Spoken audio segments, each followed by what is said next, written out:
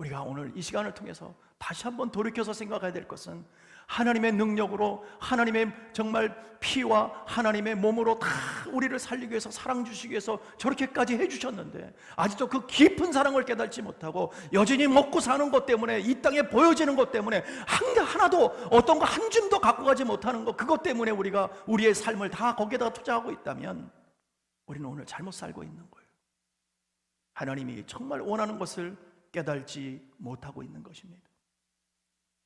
십자가를 통해서 우리가 다시 태어나가서 정말 그 십자가를 통해서 너무나 행복했던, 그것을 느꼈던 사람이 누구냐면 바울이었어요.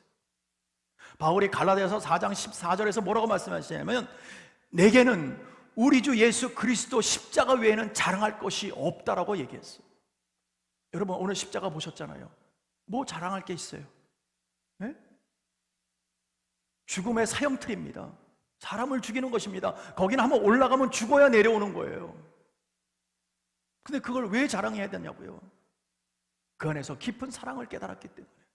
바울이 그것을 깨달으니까 자기는 오직 예수, 오직 십자가 말고는 내 다른 거 자랑할 거 없습니다. 세상 거, 내가 가지고 있는 거, 내가 로마의 시민권자요, 뭐 가족도 괜찮아요, 빵빵해요, 공부도 많이 한 사람이에요. 자기 것을 내세울 게 너무나 많았지만 그거 다 내려놓고 이것을 내가 배설물처럼 여기지만, 내가 가장 내가 위대하게 생각하고 내 마음 가운데 가장 내가 내어놓고 싶고 여러분에게 자랑하고 싶은 것은 오직 십자가뿐이 없습니다. 왜냐하면 그분의 사랑을 깨달았기 때문에. 하나님의 영광에 이르지 못하는 그것을 가리운 거는 세상 사람들이 아니라 나였구나, 저와 여러분인 줄로 믿습니다. 이것이 발견돼야 돼요. 내가 죄인이라는 것이 발견되지 못하면 우리는 아직까지도 진정한 크리스찬이라고 얘기할 수가 없는 거예요. 해 아래 모든 사람은 죄인이라는 거예요. 어떤 한 사람도, 여긴 예외가 없습니다. 이렇게 큰 벌을 받아야 되는 우리에게 오늘 우리에게 기쁨의 소식이 온 거예요. 그 벌을 다 탕감해 주시겠다는 거예요. 그 죄를 없애 주시겠다는 거예요. 그거를요, 예수님이 태어나기 750년 전에 예언하셨어요.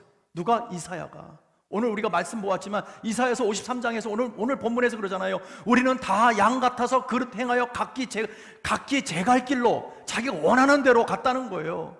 그러나 여호와께서는 우리 무리의 죄악을 그에게, 누구에게? 예수님께 담당시켰다는 거예요. 여러분,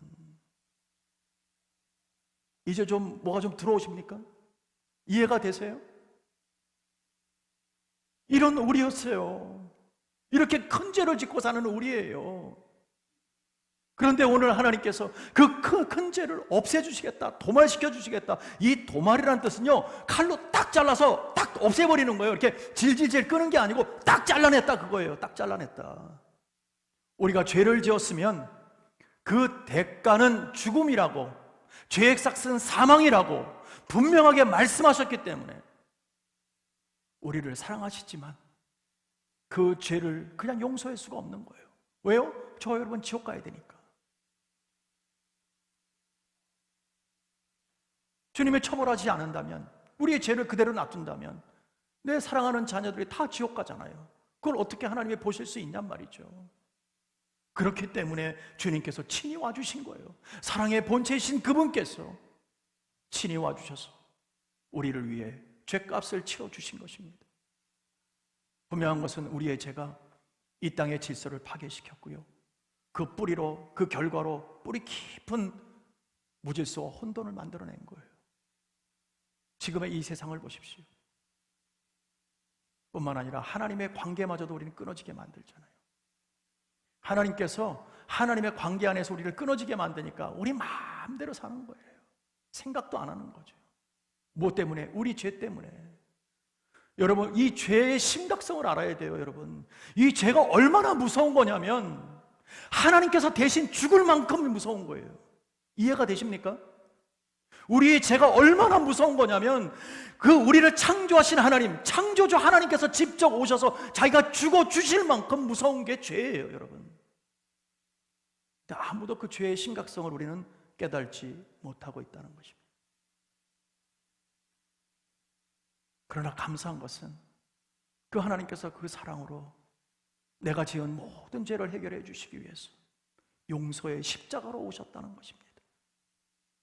부활의 주님으로 우리의 죄를 회복시켜 주신 줄로 믿습니다. 오늘 그 말씀 안에서 우리가 기억해야 될 것은 우리의 삶을 돌이켜 이제는 오직 주님만 바라보기를 원합니다. 하나님이 여러분을 그냥 믿게 한 거 아니잖아요. 분명하게 알게 하셨잖아요. 하나님이 정말 살아계심을 여러분들에게 보여주신 줄로 믿습니다. 그래서 우리가 믿게 된 줄로 믿습니다. 그렇다면 이제는요, 돌이켜서 정말 주님만을 위해 살기를 바랍니다.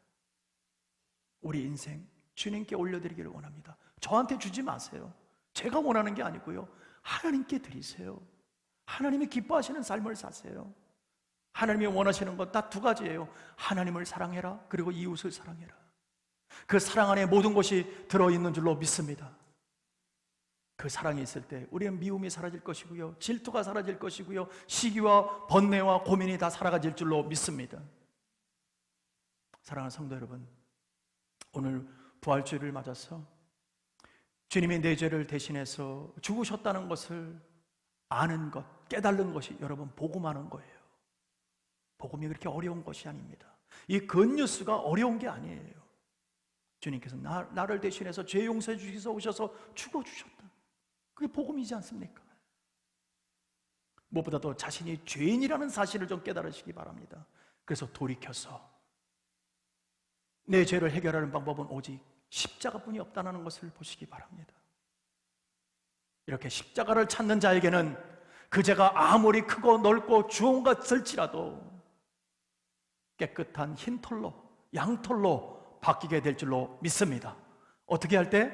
주님 믿고 의지할 때, 주님 앞으로 돌아갈 때, 오늘 그 부활의 능력으로 새 생명을 얻는 저와 여러분이 이제 믿음으로, 또한 감사함으로, 성실함으로 이젠 죄를 멀리하고 열심히 주의 나라와 영광을 위해 쓰임받기로 작정하는 저와 여러분 되시기를 간절히 축복하고 축원합니다.